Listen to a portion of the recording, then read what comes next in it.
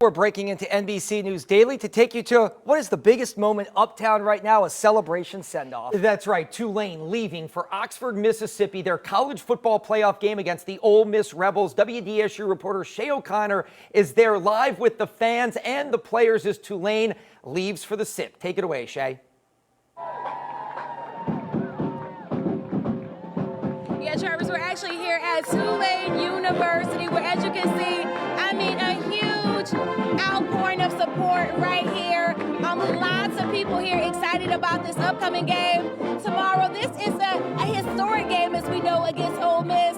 We have the cheer team, the band, and also about 120 players prepared to load the buses here. I actually have with me one of the players. His name is Bryce Bohannon. Bryce, how you feeling today? I'm feeling really good. Blessed to be in this position. Just looking forward to going up to Oxford and trying to come out with a W.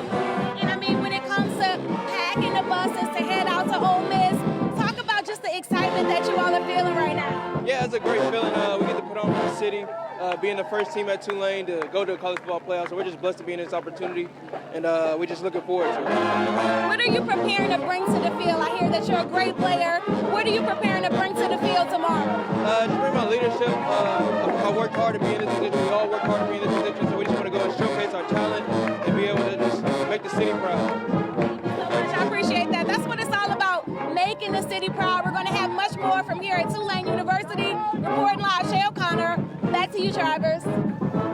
All right, Shay. Yeah, look, it's great to see all those players. It's got to be an awesome environment and time for them. How rare is it for them to play in the college football playoff? Hopefully the first of many for Tulane, but I think they're focused on this game. Obviously so. And also, we don't want to get too far ahead of ourselves, but if Tulane can pull off the upset and defeat the Ole Miss Rebels, they will advance to the quarterfinals of the college football playoffs, which, oh, by the way, is here in the Sugar Bowl against the Georgia Bulldogs. But beautiful weather, several hundred fans out there, just a great atmosphere for the Tulane Green Wave, the campus, the community, and the city. People have to realize all the positivity that Tulane on the national stage is bringing to the city of New Orleans. Look, the focus of the world right now is on college football. The sports world, at least, is on college football, and Tulane is right in the center of it. So it is great for the city of New Orleans. Also, where it's great, Oxford, Mississippi. The weather is fantastic today. That's right. Sports reporter Kendall Duncan is there covering the game for us. Kendall, obviously it's the calm before the storm at Vaught-Hemingway Stadium. What's happening right now in Oxford, Mississippi?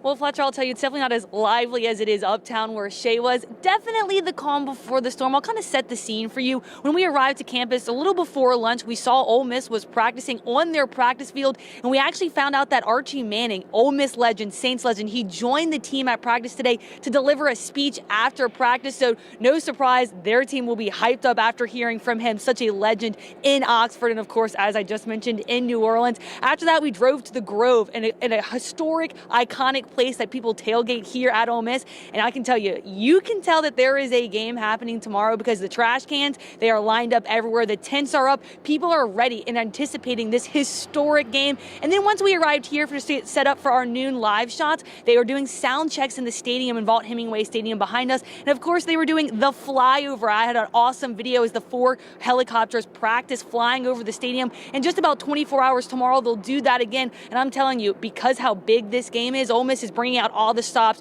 We have light shows, we have drone shows, we have light up wristbands, Santa hats. They are going all out for this game. So if you are making the trip to Oxford from New Orleans, you will get a show here outside of just the football game. We mentioned, though, the football game, historic. Neither Ole Miss nor Tulane has ever made the playoffs, so this game is massive for both programs. And, of course, there's a lot of storylines here. This is a rematch between these two teams. The coaching carousel, so much drama already into this game, much less the fact that there's only 12 teams left and all are vying for a national championship. And, Fletcher, I know you mentioned the Georgia Bulldogs and that next step in the Sugar Bowl, so I will just end with this. It wouldn't be outlandish for Tulane to pull an upset off here. We saw it a few years ago in 2022 in the Cotton Bowl season. Tulane defeated USC and Heisman winner Caleb Williams to be in a group of 5 national stage, and really one of the reasons why they pushed for a group of 5 in this playoff conversation and for the best group of 5 ranked team to be in the college football playoffs. So it's not outlandish to think that Tulane could pull this upset off. And one more thing, if you like good juju, if you're superstitious, Tulane is wearing those exact same uniforms that they did in the Cotton Bowl tomorrow in this game. Guys,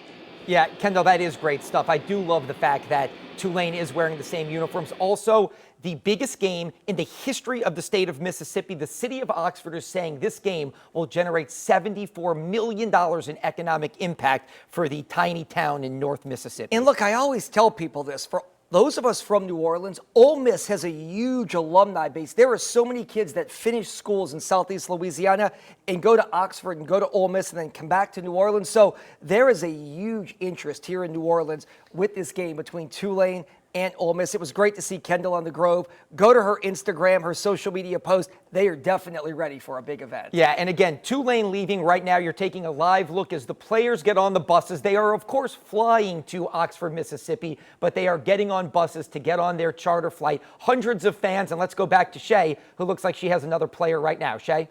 I'm a former school graduate. My dad played. Your dad played football here. Okay, perfect. Okay. All right. Yeah, we're actually here right now. Sorry, guys. It is so loud right now that I didn't even hear Fletcher pitching it to me. I have with me a very special fan. Tell me your name. My name's Louis Pusiger, the fourth. Definitely. And I know that you graduated from Tulane. You said that your dad also played football. Talk to me a little bit about what this means for you, this historic game. This means everything. You know, coming to the game since I was a kid, and now we're winning, and we're going to the playoff, and we're conference championships. It's everything you could want as a Tulane fan. The city's energized, we're ready to go. And if we win, we'll be in the Sugar Bowl in the Dome, so we're ready. And I know you were telling me about Bryce Bohannon, the player that we just spoke with. Talk to me a little bit about him. You were telling me how poignant he is to the Tulane football team. Yeah, he's a senior. He's been with us all 4 years. Awesome guy, character guy. He actually got to take the final knee down in the conference championship. He's been a little hurt the last 6-7 weeks, but really cool moment. Coach John Summerall got to let him take that final knee to win the championship. And to be able to go to Ole Miss, I mean, I see you out, you're all decked out with your Tulane. Just talk about what this means for the school, for alum like you. It really is the epitome of Tulane football. When we went to the Cotton Bowl in 2022, we had 30,000 people in Dallas. I expect a good turnout in Ole Miss, and you see the energy here. Everybody's hyped. Sellouts after sellouts. It's everything you want as a Tulane fan. Thank you so very much. And I mean, as y'all can see, just a lot of excitement. We got the band over here. We got the cheerleaders. Everybody just enjoying themselves. We're going to have much more from here at Tulane. Back to you all. All right, Shay, yeah, quite the celebration. Uptown should be a great game. Before we do go, and not to put a damper on this, we do have some serious news to report.